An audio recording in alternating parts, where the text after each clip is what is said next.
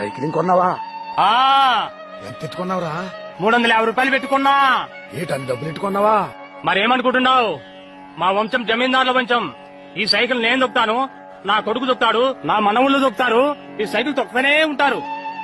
నువ్వేంట్రా ఈ పొలంలో పుల్లలేరుకుంటున్నావు? నాదేటుందిలేరా పేదోండి. రూపాయి కోడెట్టి ఇదిగో ఈ ఎకరన్నర భూమి 160 రూపాయలు పెట్టి కొన్నాను రా. ఒరే ఎర్రోడా, 160 రూపాయలు పెట్టి భూమి కొన్నావా? నాలాగే సైకిల్ వస్తుగా దత్తగా తిరగచ్చు. నాకెందుకులేరా సైకిల్? ఈ భూమిని నేను చూసుకుంటా, నా తర్వాత నా కొడుకు చూసుకుంటాడు, ఆ తర్వాత మనవాళ్ళు చూసుకుంటారు. అలా సాగిపోతూనే ఉంటది. హలో, తొందర 1.5 పంపించు. ఏంట్రా కోటి గురించి మాట్లాడుతున్నావు? ఆ రోజుల్లో మా తాతగారు 160 రూపాయలు పెట్టి పొలం కొన్నారు. అందులో అరెకరం 1.5 కమ్మేశా. దాని గురించే మాట్లాడుతున్నా. మీ తాత దేవుడురా బాబు. మీ తాత నీకు కూడా ఇచ్చాడు కదా సైకిల్? ఇచ్చాలే డొక్కుల సైకిల్. మా తాత తొక్కాడు, మా బాబు తొక్కాడు, ఇప్పుడు నేను తొక్కుతాను. దొంగ నా కొడుకు మా తాత.